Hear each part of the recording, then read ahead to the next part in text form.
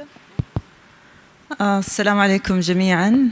حياكم الله معنا اليوم في Science Talk، أول توك من series organized by هيئة تنمية البحث والتطوير والابتكار. So our session today is titled Key Enablers and Future Trends in RDI, and I'm really glad to welcome our two distinguished speakers. Professor Shuji Nakamura, the Nobel Prize winner in physics in 2014. He is a professor and deputy director for a Center of Sensors and Electronic Devices. Also, our second distinguished speaker is Professor Omar Yagi.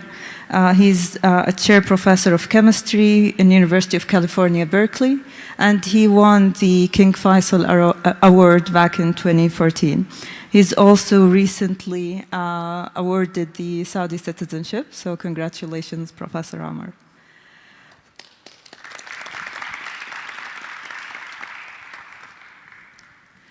So in our talk today, we are going to go over the key enablers and challenges within the RDI ecosystem.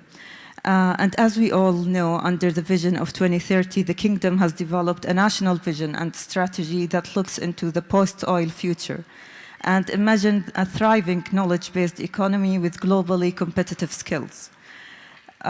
To appropriately support the development of the RDI ecosystem, the National RDI Authority was created, and it was tasked to create the priorities, the national priorities that the country will focus on. Once these priorities and sectors are identified, all policymakers, academia, and private sector must answer the question of how can RDI most effectively be exploited to generate optimal benefits for society and the economy. So in today's talk, we want to hear from our speakers, from their expertise, what are the different potentials and challenges of the different enablers to realize an RDI future trends. So let me start with you, Professor Nakamura. From your experience and from the scientific, different scientific experiences that you have, what would you say are the key enablers for RDI ecosystem?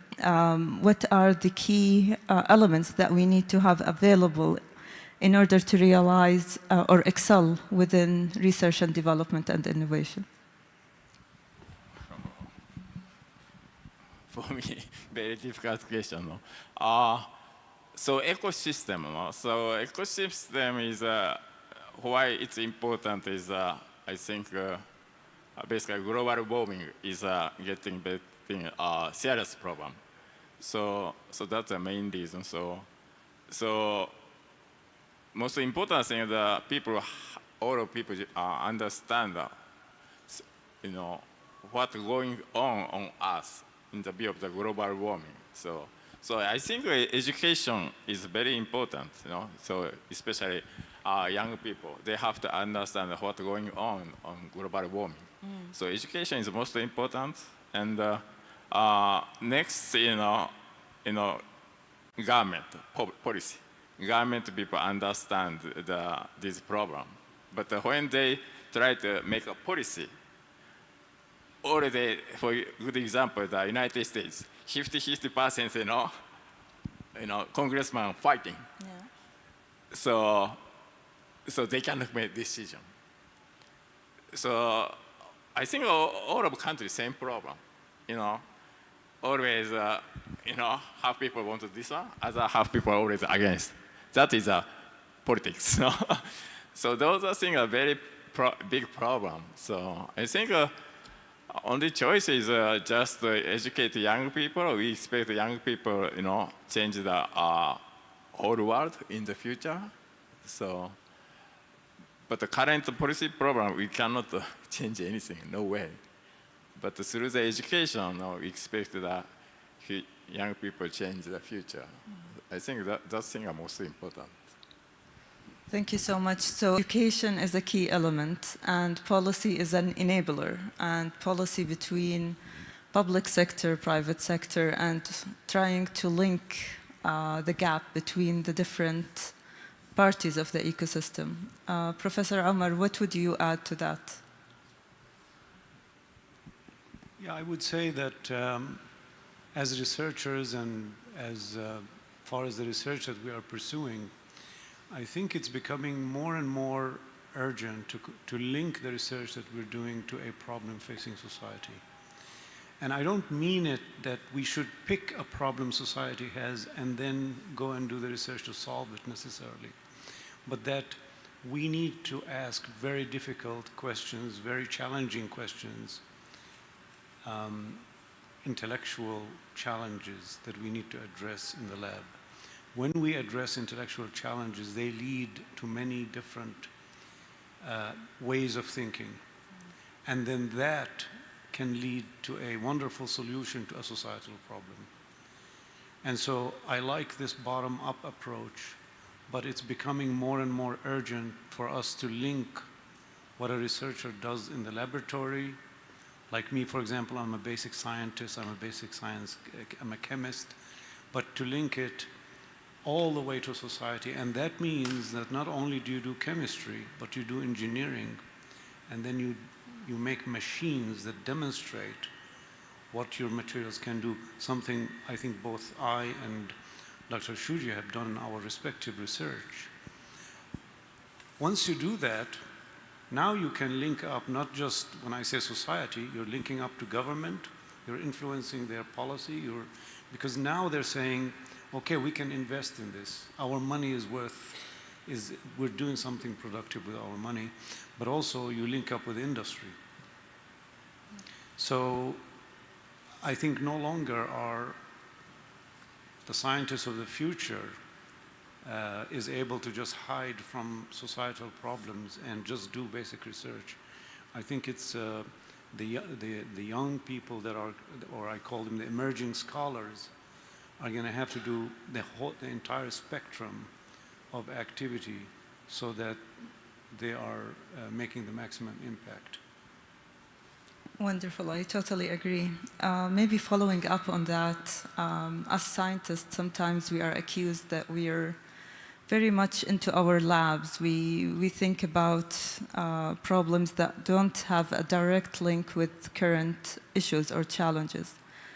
What would you say is the best approach in terms of linking the scientific work that is done in the labs by researchers, students, and so on, and to get them more closer to the real world, to the private sector, to the industries, get them exposed to the existing problems or challenges? What would be the advice that you would give? I think one of the things that could be done by administrators and leaders of institutions is that they set the expectations. If the expectations that you do your wonderful research, basic research, and that you need to show credibly how it could be applied to benefit humankind, then the scientists on the ground, in the trenches I call it, will start thinking in that direction. So I think that that's one aspect that our leadership can do. But also I think, one industry CEO came to me and I was making my moths and everything and playing with them. This is very early on. And showing him all these models on the computer, and it's like a boy in a candy shop. And he looked at me and he said, "You can be an excellent scientist doing what you're doing, but you'll never be a great scientist if you can't link that to society." And I think that's something that we, the emerging scholars, all of us have to keep in mind. Thank you so much. Professor Shuji, in terms of the challenges that the entire RDI ecosystem faces, what would you say, in your opinion, the biggest challenge that we face today? Biggest challenge? I think, so basically, now, I don't know that now peaceful world or not, but basically, population is increasing every year all over the world. So if population increasing, always problem happen. Shortage of energy, shortage of food, shortage of water. Those problems happen, and only scientists have to solve this problem. So energy means including ecosystem. So scientists only can solve this problem. If scientists cannot solve this problem, world war happen. Because in the past, world war happened due to the shortage of the oil, energy. So I think, so including ecosystem, scientists have to do the problem. So including ecosystem. So I think we explain that those problems happen always because the population increasing. That's a problem. If we, we can we can live in the space, we can solve this problem, but it still takes a long time. So I think including ecosystem, always scientists have to work very hard to solve this problem. If scientists cannot solve this problem, it's a big problem. So increasing population and looking at sustainability for existing resources. Any additional challenges you would add, Professor Amr? Yeah, I would say, again, I always look at the research and the researcher. I think those are the nuclei for innovation and discovery and innovation. So I would say one of the biggest challenges that I see is it doesn't work. You come up with a new idea and someone jumps up and says, that's not going to work. They'll give you 12 reasons why that brilliant idea will not work. And I think we need to be more to allow research and science to take its course. And we should be clever enough to observe what nature is giving us in the laboratory when we're doing experiments. So I would say one of the biggest problems I faced in my career is the chorus of people every time we made a discovery who said, that's not going to do A, B, C, D. Okay? And even when there was an idea, say, oh, it's too ambitious, it won't work. And needless to say, they all worked. Okay, so I think that I want to top that by saying that I don't think there has been a single major problem facing society that has not been solved once we put our hearts and minds to solving it. Once we have the will to solve it, we put the resources. That is the power of the human mind. It's able to innovate and create and find solutions through discovery. So I think we need to eliminate the word no and this negativeness about new ideas. Thank you for that. In terms of, if we think about policies and regulations and how we need to regulate the research and development ecosystem in general, would you say that if it's done right, it should be an enabler to the entire ecosystem? But what would be the biggest, let's say, mistakes in terms of working with regulation that might be hindering the process rather than enabling it? Should you want to go first? Please. Okay. Oh, that's a tough question. I told you. So basically, in my case, for science, have to enjoy the freedom of research. That's the best research condition. Just just scientists just need research funding, and after research funding, no interruption. Just scientists have to enjoy freedom of research. In my case, it happens, so that's the reason I could invent Blue LEDs. Because, invention always happens through the crazy idea. Only crazy idea, only one person, one science can challenge a crazy idea. Group meeting cannot change a crazy idea, because meeting, always we have meeting, it's a common knowledge. If crazy idea happen, other people say, oh, you are crazy, So I think that's it. So regulation is very bad for scientists. Regulation, everything, just we need the research funding. So I don't like regulation. Just we need the funding. But of course, some scientists is a crazy invention, like a nuclear weapon. That is very bad. In that case, we need some kind of regulation.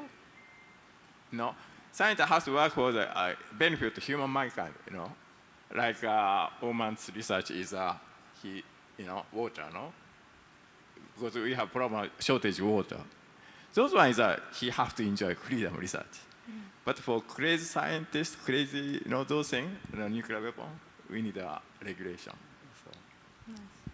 So freedom, free mind, freedom is equal to innovation. What else would you add? I agree 100% with freedom, and that the mind of a scientist should not be corrupted by what society really needs. But it's incumbent upon a scientist, after they make a discovery, to drive it all the way to society. I would say that there's a tendency now, I think, not just in the US, but also in other countries, to give short-term funding and expect a lot. In fact, almost the funding agency is telling you what they want. And so you have no room to pursue research, discovery, invent things outside those tasks. I call it task-oriented research. So I would say that if I was running an institution, I would definitely have a significant component to be long-term blue sky research. That's where, as Shoji mentioned, that's how you change the playing field, right? That's how you solve big problems. Instead of just building incrementally on other solutions, you can completely change the equation and come at it from a completely different angle. So you need to give researcher a freedom, long-term funding, and so you certainly can hold them to high expectations, but that's, I think, is very important. I just want to also look at it from the other side, which is a sponsor. The sponsor is more and more has to pay more and more for our chemicals and our setups and our lasers, and so this is public funds, right? I mean, this is coming from somebody, right? And it's very expensive, and so now they're expecting more, and now they are trying to control more the research, the kind of research that you do, so that you don't veer away from it. So I think that there's somewhat of a clash of what makes science thrive with the current way of funding science, because science is expensive. So in terms of funding for science and research, is it largely the responsibility of governments, private sector, public organizations? Who should take the biggest share of the responsibility? Oh, so government funding is, we have to write a proposal. It's a long proposal. It's so complicated. I don't like it. And it's, so writing a proposal for me is a waste of time. Because, so writing proposal is just, it's a common sense, what they say. General people can write it, Yeah. Just we have to, science has to write I told the crazy idea, abnormal idea. If you write those ideas, easily rejected, Yeah. So it's so easy money. Best money is from industry, our case, industry, just gift money. That is just we get money, basically no gift money, no responsibility. It's we can enjoy freedom of research. So those gift money, at UCSB, Steve and I could develop a lot of good idea, great result. But the government money is 6 months review, we have to achieve this goal. We can't try crazy idea. It's like, every 6 months, follow this rule regulation, It's very bad, I told you, so we have to enjoy the freedom research, no interference, just we get money. But 5 years, 3 years ago, we freedom research. Because in 5 years, no result, we have to give up. But for 5 years, we have to enjoy freedom research, no interference. That's the best, those funding is the best. Those funding is only gift money, just donation money. But it's tough to get that one, no? Of course. Yeah.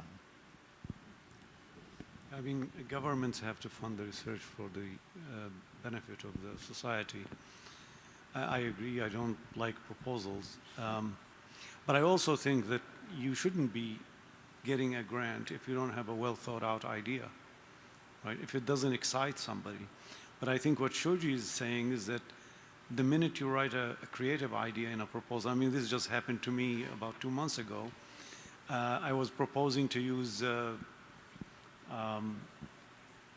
for CO2 capture, the biological system and try to emulate the biological system in a moth. And the reviewers said, this is too ambitious and it won't work. And I'm not bitter, I'm just giving you an example. So I like free money, I do. And I like those funding agencies to remember what I did last year and the year before that. They don't seem to have any memory of what we've done in the previous year. They don't even have memory that he got a Nobel Prize. So you're as good as what is before them, and they go by their FRE reports. So, I don't want this to be a session of bringing out all the dirty laundry of what an academician does. I think the positive side of it is that there's plenty of funding out there for good ideas. And I think in a country like Saudi Arabia is large enough where you can tap into different kind of funding, and hopefully there's enough for you to enjoy the freedom of thinking deeply about a problem without being distracted by a program officer or something like that. So I think it is the responsibility of governments to fund research and to see to it that there is long-term research and there is short-term research, and fund them appropriately. But the other thing is listen to what the scientists want, right? They don't seem to listen to what we want. So, Yeah. Thank you so much for that. Maybe one last question before we end. As the kingdom now is embarking in setting up the priorities for the RDI ecosystem, what would you say, like a key advice that you would give in order to maybe avoid challenges that were experienced somewhere else? Just general high-level advices for the setup of the RDI.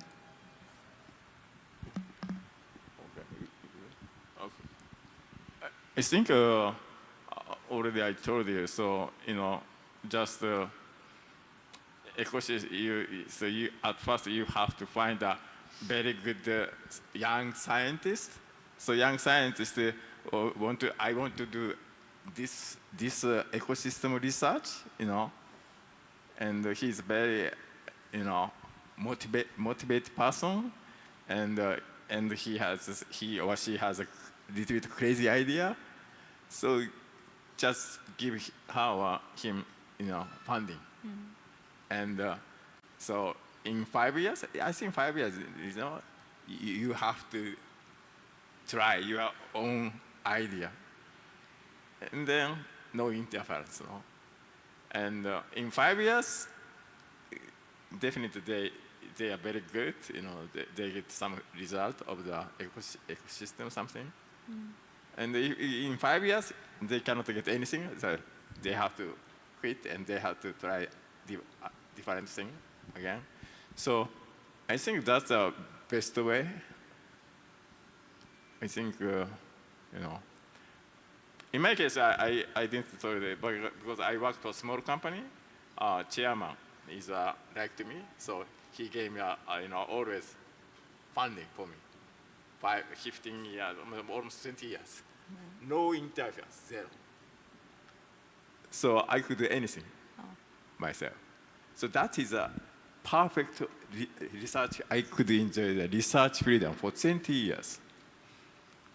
So if those things happen, so I think always every 5 years I get some results as a product.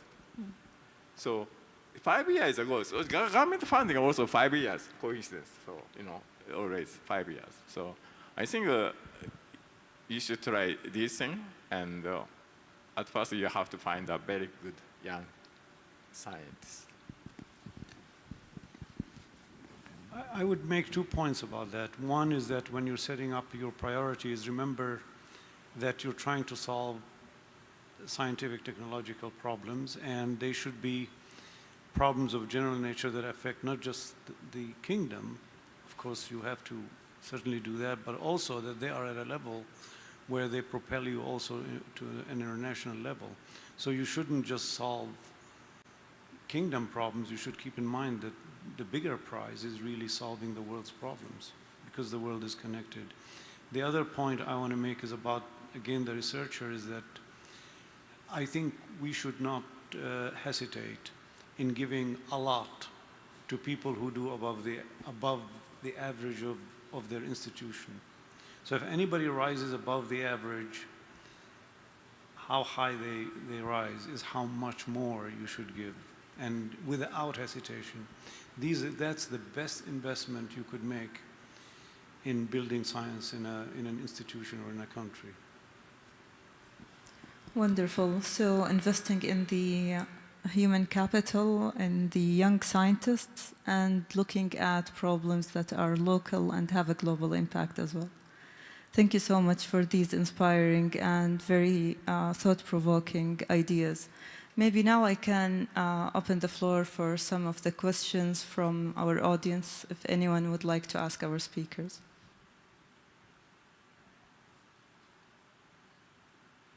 Something from the emerging scholars? Yeah.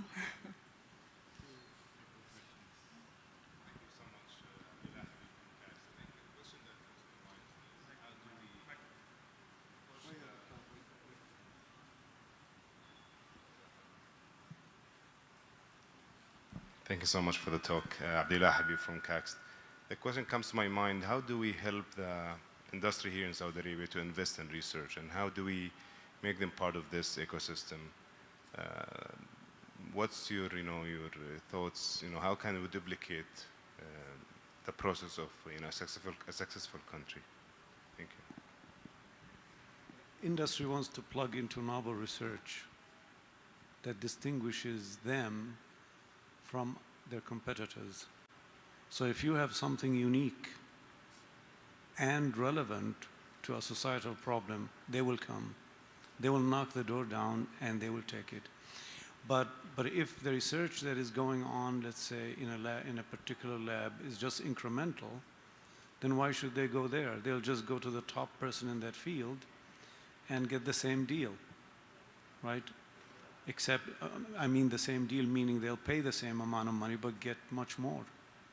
So I think that that's the easiest and fastest way to get funded by industry.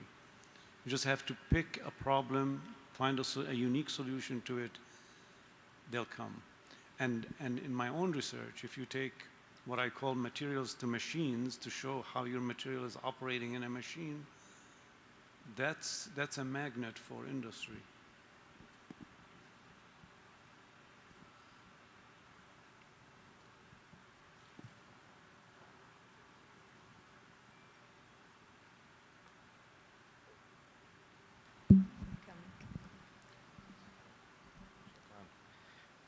Thank you for the very inspiring comments and stories. Maybe something less scientific. Can you tell us about 12-year-old Omar, how he was, and 12-year-old Suji, and also 12-year-old Mariam, since all three of you are up there? I'm laughing because it's just very difficult to imagine a 12-year-old Shuji and Omar. And very. Shuji, you answer this first. I want to know more about 12-year-old Shuji. I got interested in chemistry, actually at younger than 12. I was in third grade. And I was a very quiet child. I didn't play with the other kids at all. So during the lunch break, I tried to get into the library, which was supposed to be locked during lunch. I don't know why, but anyway. And it was not locked. The door was open, and I went in there. I opened a book, and there I saw stick and ball diagrams of what later I learned are molecules. Well, I didn't know what molecules were. I didn't even know what those stick and ball diagrams were. But I fell in love with them. I just kept it within me, actually. Didn't talk to anybody about it. And bit by bit, I got more and more interested in it, started reading books about it and so on. And finally, I learned, well, that's the fundamental composition of everything around us. So how can I not fall in love with chemistry? So that's, and you know, 12-year-old Omar or 14, 15-year-old Omar, the father of Omar didn't see the potential in the environment where I grew up, and so shipped me off to the US at 15 years old, and had to start a new life there from scratch. I horrified some parents recently when I gave a general talk, and part of it was to tell them my journey. And one lady asked me at the end, said, "How could we get our kids to do that?" And I said, well, you can just take your kids at 14, 15 and throw them over the wall to another country and tell them to survive. And it's not a joke. I think, yeah. I think that we as parents, we have a tendency to tell kids what we are risk averse. We don't want them to try different things and hurt themselves. I think that we need to push them to deal with chaos on their own as much as possible. So I was basically left alone as a child. I told my parents not to talk to me. At 3rd grade, they were checking my grades, and I thought that was an insult to me. I mean, I should be responsible to do well. So I told them, I basically threw a fit, and I said, don't ever ask me for my grades. And so from there on, I was free, actually, for the rest of my life. So 12 years old means the 3rd grade? Yeah. 3rd grade? 3rd grade. 3rd grade? I was Okay. a nasty child. Okay, so elementary school, no? Yeah. So in my case, you know, I lived in a very countryside and remote, like a town, and so it's a mountain area. So basically, I didn't study at all. So every day, I was playing outside with my friends, and every Saturday, Sunday, we climbed the mountain. My best friend, two boys, you know. Every Saturday, Sunday, we climbed the mountain, and so basically, no time, no interest in study. Every day playing outside. So my grade was very bad. So five, you know, 1, 2, 3, 4, 5. 5 is the best grade. Always, all squares, 2, 2, 2. All squares. Only good one is art. Art is 3 or 4. Other than 2. So no interest in studies, you know. But maybe 3rd grade, you know, my father, you know, always praying. So my father came to me. You have to study, you know. I don't like study, so and he taught me, you know, how to solve the math. I didn't. Math was too, you know, very bad. So he taught me how to solve the math, and gradually, you know, math is a grade become higher. So, but 3, like sometimes 4, no? And so when graduate elementary school, 6th grade, we had to write the, you know, what do you want to do in the future, you know? At that time, coincidentally, you know, later I found I want to become a scientist in the future. So probably due to the only math was good, so that's the reason. So basically, I never started anything. So in my life, you study, high school, also local high school, no, it's also great. But the university is a very local university. Very local, small university. Nobody knows semiconductor technology. Nobody knows, quantum physics. Professor doesn't know anything. So I didn't study, learn anything at the university. And after graduation university, I joined a local, small country company. Very small chemical company, like number employee 100, 150. So I joined the chemical company, and I never expected, develop, invent LED something, So at the chemical small company, I had to do everything without any knowledge of semiconductors, knowledge, nothing. So after joining a university, UCSB as a professor, I had to study everything because I never had those physics, So to teach students, I had to study reading books, So, so in my life, most important is those knowledge not important, creativity. Always, I develop the product using own knowledge. Just creative, using own knowledge, I have to creative idea or something like that. Those things are most important. So you don't need any past knowledge. You have own thinking is very important in my life. Thank you. I was trying to make it fast. Okay, so I'm a computer scientist and I specialized in cybersecurity.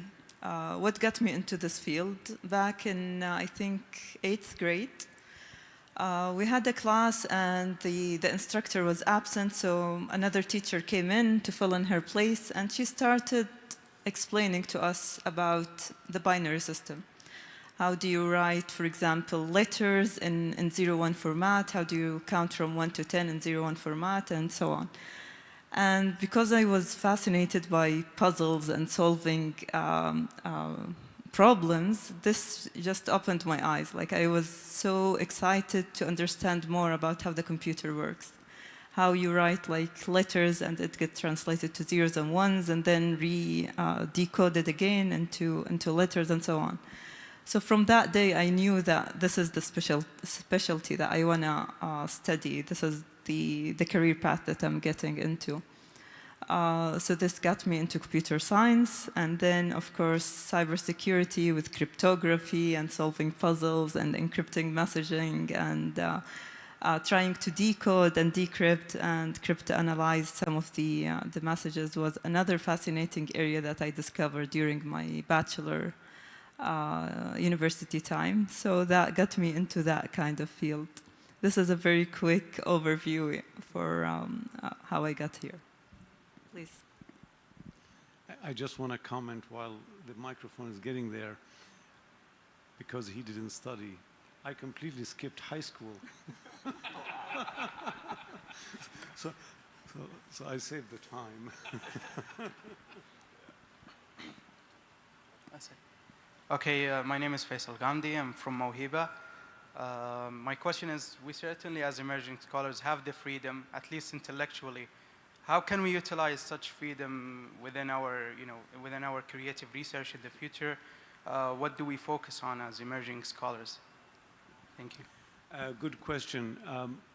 I get this question a lot, by the way. How do I find what interests me? Because you're interested in many different things.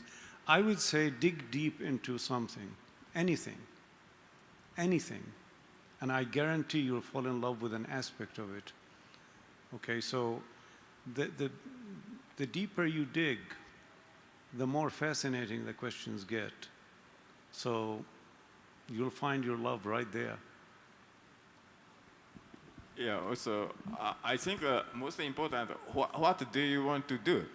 What do you like? You have to find it. That's the first priority. probably you want to do business or you want to work for the music or something, not the science. So you have to find what you like, and he's right. And you have to, after finding what you like, you have to think about it very deeply in that field. You know what I think, answering your question, is the common thing between all of the three people in front of us who are highly accomplished, is the sense of, I think, dedication and getting to know themselves. At 12 years old, who knows himself so much that he does not like his parents to ask him about his questions, or his marks, is definitely a good example to maturity. And if anything we should do, I guess from my point of view, is for all of these young minds to be more, I think, dedicated and mature. We live in a country where, min fadlillah, we have abundance of resources. Almost everybody has just access to all the basics. And sometimes that would blind our eyes from looking so seriously at ourselves and getting to know ourselves early on. I think the passion that all of you were able somehow to find in yourselves is what you got you to be there. And I think our mawhiba, our gifted students who are attending with us, definitely very important asset to the country. But I think all kids, everybody in this country is an important asset. And for RDI, one of the most important priorities is to help the entire community to find their point of strength, of their creativity or their gift. But we have actually a very promising and wonderful future. And I would love some more of our gifted participants to ask questions. Please, Doctor. Thank you.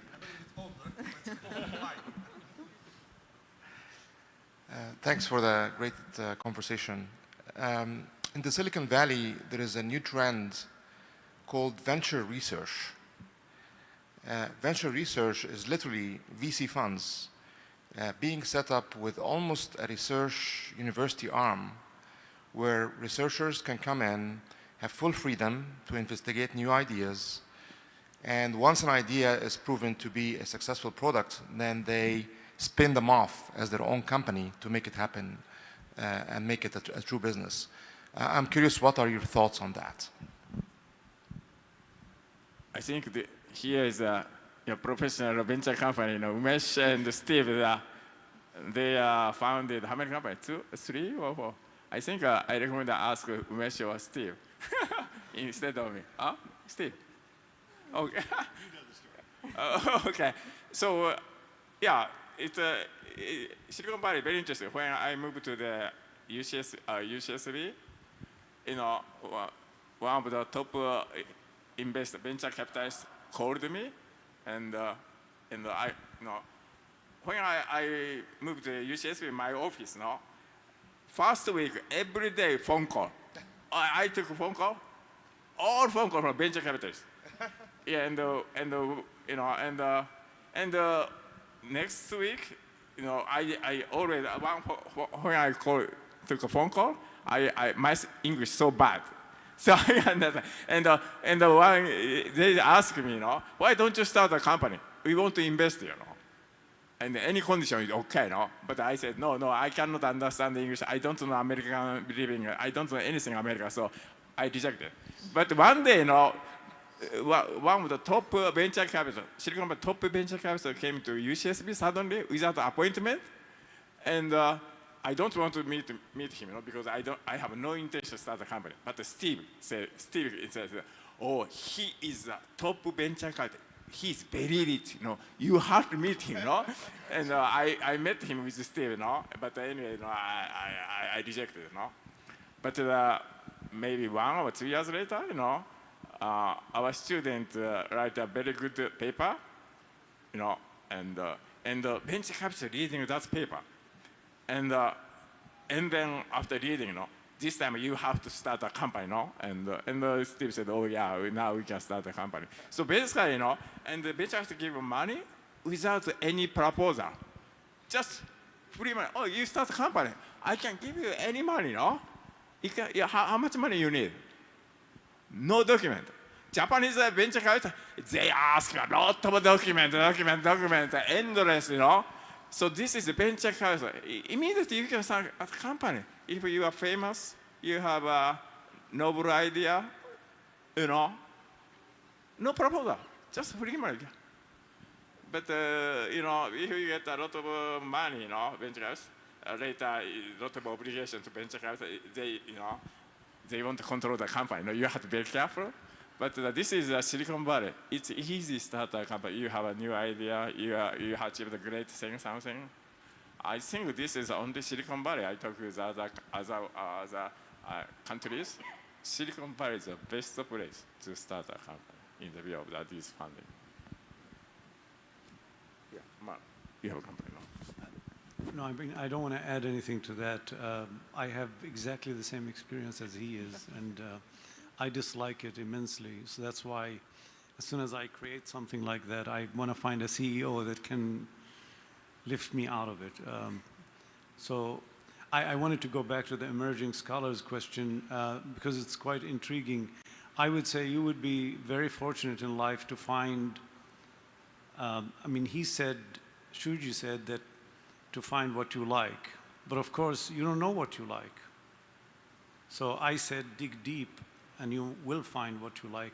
I think you have to step back and start thinking deeply about things, almost like old-fashioned religious people do. Why are we here? Why are there rocks? Okay, why is there a sky? Okay, why is religion so amazingly popular? Okay, you have to ask questions beyond the obvious. And with the rise of social media and fake news and the avalanche of information, everything like that, we have a tendency to just go to Google and find a headline of an answer, and it's really not the answer. So I think digging deep, asking questions, what's behind something, you're already ahead. It's very exciting when you start doing that. And that helps you navigate all the stuff, and okay, I could say garbage that is around. Okay, so this is going to be harder and harder for facts, good questions, articulating good questions, factual information is going to have harder time to rise to the top because social media is so popular.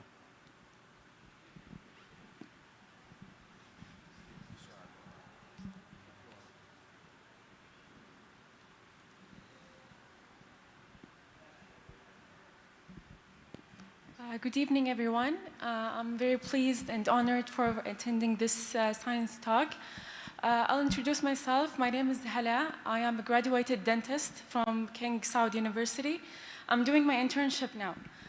What I'm asking for is, what is your advice for someone who've been told to be a doctor for the high GPA and the straight A+, and I did pass dentistry college ranked as the first on my academic batch. However, when I reached the finish line, I lost my passion, and I already changed my major 3 times.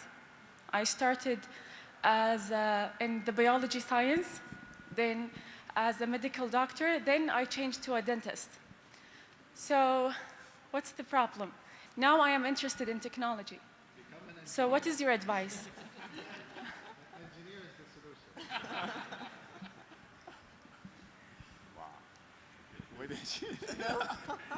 I mean, I think sometimes we go about life like robots or on, what do you call it, on autopilot. And we don't think deeply about what we're doing. So we never figure out what is our passion. And believe me, the parents don't help. I'm sorry to say that. They don't really help because they want you to get your degrees on time They want you to get into a major that makes money, because that's future security. They're looking for your future security. But what you should really be doing is doing what we were doing, telling them off, don't talk to me. Okay, because that happened to me. They wanted me to be a doctor. And if I was not good enough with the grades, they wanted me to be an engineer. I went as far as getting admitted to a medical school. And then fortunately, I volunteered in a hospital before joining medical school, and I realized this is exactly what I don't like. Okay, I don't like dealing with people's emotions. I don't like blood. I want out of there. I want to be in a lab in a corner somewhere. So I would say take time off. Okay, take a year off to figure out what you like. But it has to be a year off, not goofing around. It should be a year off to find what is within yourself and keep those parents at bay. Start saying, no, I'm interested in this. I don't want to be a doctor. Okay? Yeah. I think you are so good for everything. So you are happy about everything, you know. So I think I recommend it to, yeah, he said the same thing. You have to do volunteer work, like now, Ukraine people are leaving the country, and many 3 million people are like homeless, no? You helped those people for a while, and you find you are so happy. You are so happy life right here, you know. You do volunteer work for those people 1 year, 2 years, and your thinking totally changed. I think if you stay here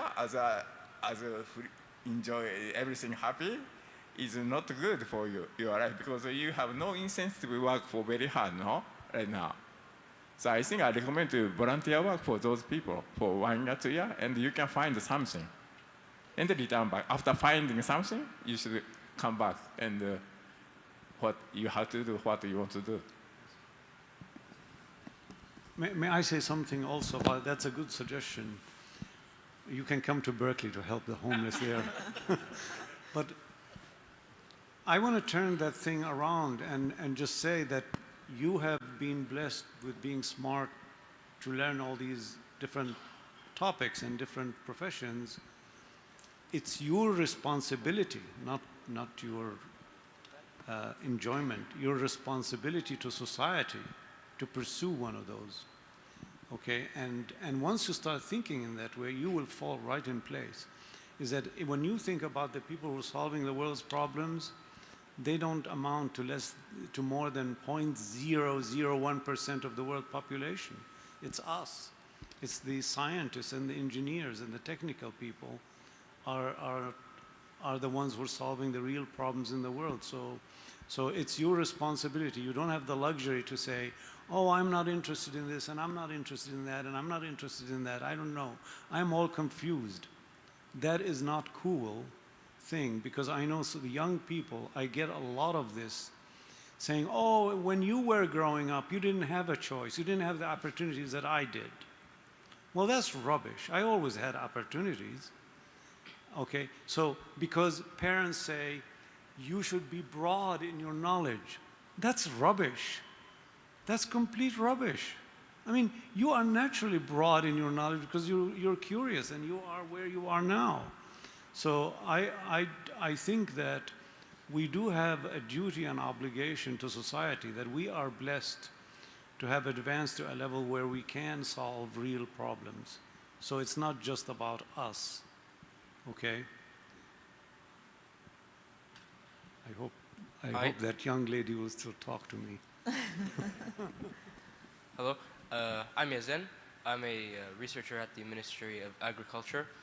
I've done past research on novel ideas and growing new plants, but however, at the moment, I currently have an inspiration block.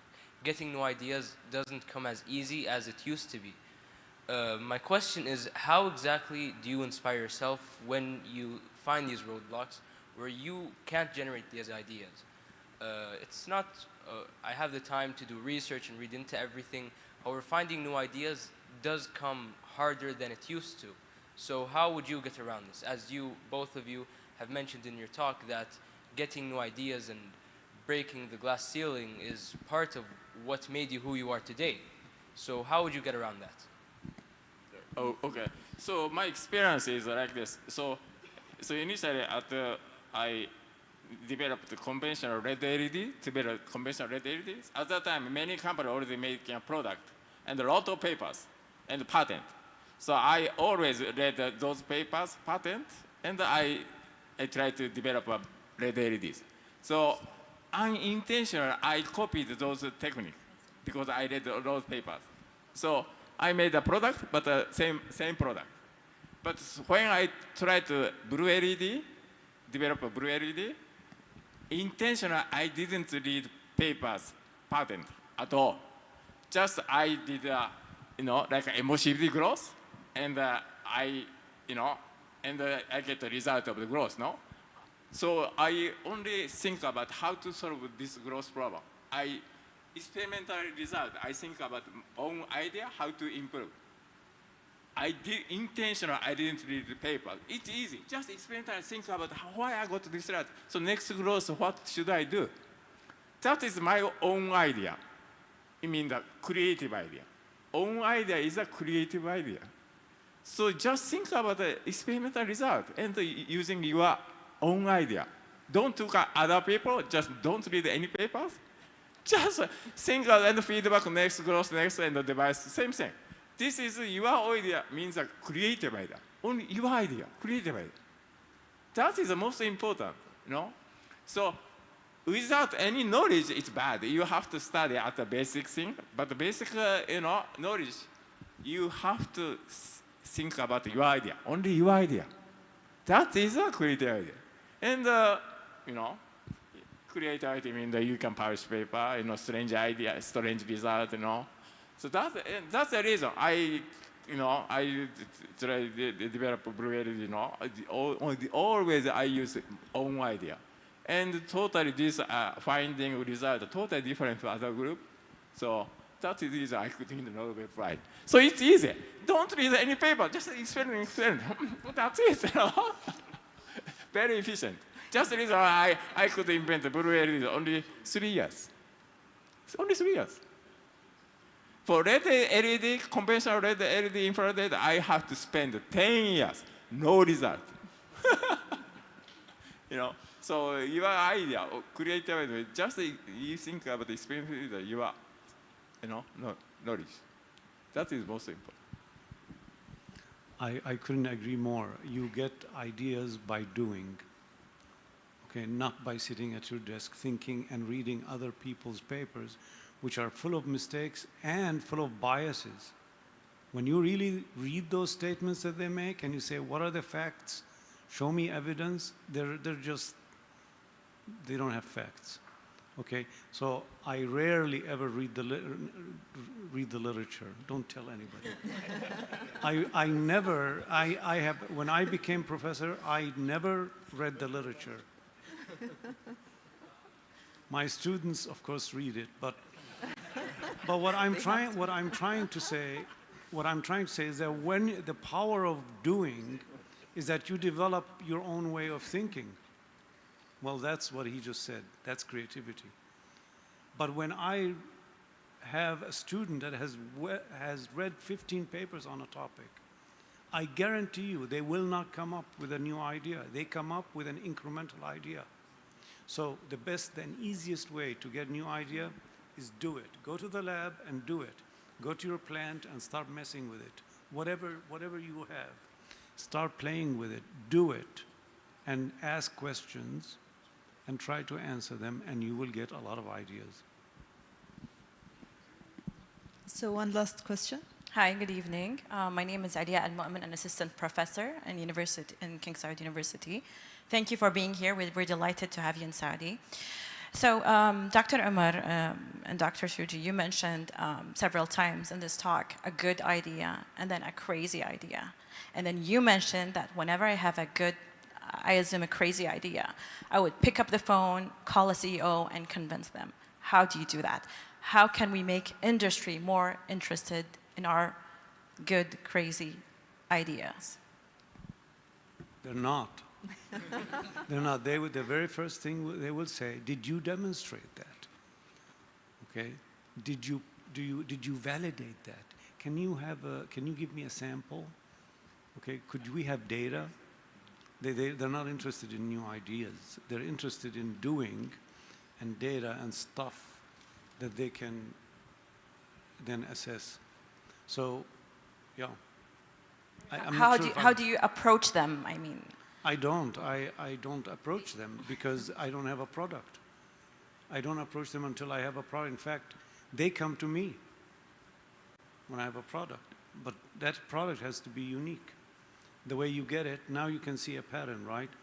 You do it, you get ideas, you start doing more, you get more ideas, you develop, blah, blah, blah, blah, blah, blah. And now all of a sudden you have a creative product at the end, and now you're distinguished from the rest of the people around you. So companies will come.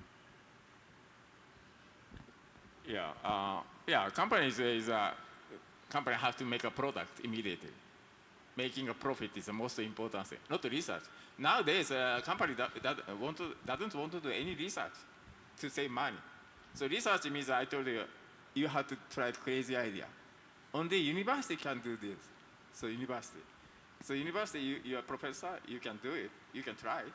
And you have to, he's right, you have to demonstrate a great result using crazy idea. Your result is much better than, using the idea, a company can make a much better product, You have to demonstrate those levels. And then all company, come to you immediately. Oh, I want to use this idea, something like that. So I think, so that's a university role is you have to try crazy, novel idea to make a much better product. You have to demonstrate. And then after demonstration, it's easy.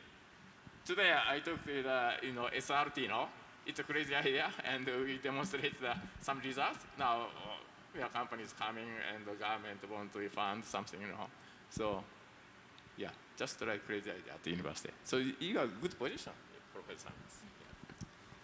Thank you again, Omar and Suji. It was very enlightening tonight. I'll ask one final question.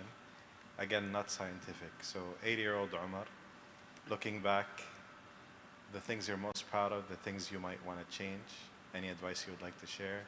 And 80-year-old Suji, I assume still in the lab, everything is the same. Looking back, the things you're most proud of, anything you would like to share. I won't say 80-year-old Maryam, though. Go ahead, please. Anything to share or anything to change? Any learning, anything you would look back on, what's the things that you're most proud of from that career? I don't know. I would say, I think I was blessed that I knew how to prioritize, and I knew how to prioritize because I was in love with molecules. So when people started pulling me away, trying, there are many opportunities, right? You invent something new, there are many, many opportunities. Never think about money because money will come, don't worry. And I was blessed because I could really be shameless about prioritizing. I care about these three things. And so anytime somebody tries to pull me away into another opportunity, I will say no. That's the best thing I've ever done. Anything I would change? Maybe I should be a little bit more calm with students. But I love working with students. What a treasure. I mean, that is really a dream come true. So working with students, fresh every year, new students to work with, and prioritizing your life, that's a blessing. Yeah. Yeah, so I want to change it. When I was a high school student or a university student, at that time I wanted to come to Silicon Valley. I want to join. I wanted to study at American, Silicon Valley University, University of California. I studied over there because I came to the United States at the age of 45 years old. too late, really too late. You know, if I came here, I could come here, you know, at the age of, a high school student or university student. I could speak English fluent, and after graduation, I can immediately start a company. And, that's my biggest mistake. No way, because at that time, I was a small remote countryside, I had no knowledge of the Silicon Valley, zero. So, but if I were young, I tried those things, and I wanted to start our own company, at the Silicon Valley. So. I'm sorry, I apologize. I have to rush out. Doctor, I might just ask you for one last favor. Yes. First of all, we are so glad and happy to have you both come to King Salman Science Oasis. We're so glad to have our wonderful audience, but especially glad to have a group of our young minds. I would like them very much to treasure this wonderful night by just taking a group photo. They will be standing just behind you in these chairs. I would not, want to trouble you. Just you stand up after they stand there, and please come forward. All of you, please. All of you. All of you, please. Just you see where you are. Please stand up right here, please. Just خليكم هنا. هم يصوروكم. You will treasure this moment, and someday you will be just exactly like our international renowned speakers. Please. معالي الدكتور تكونوا معنا الله يطول في عمركم. Please take this away.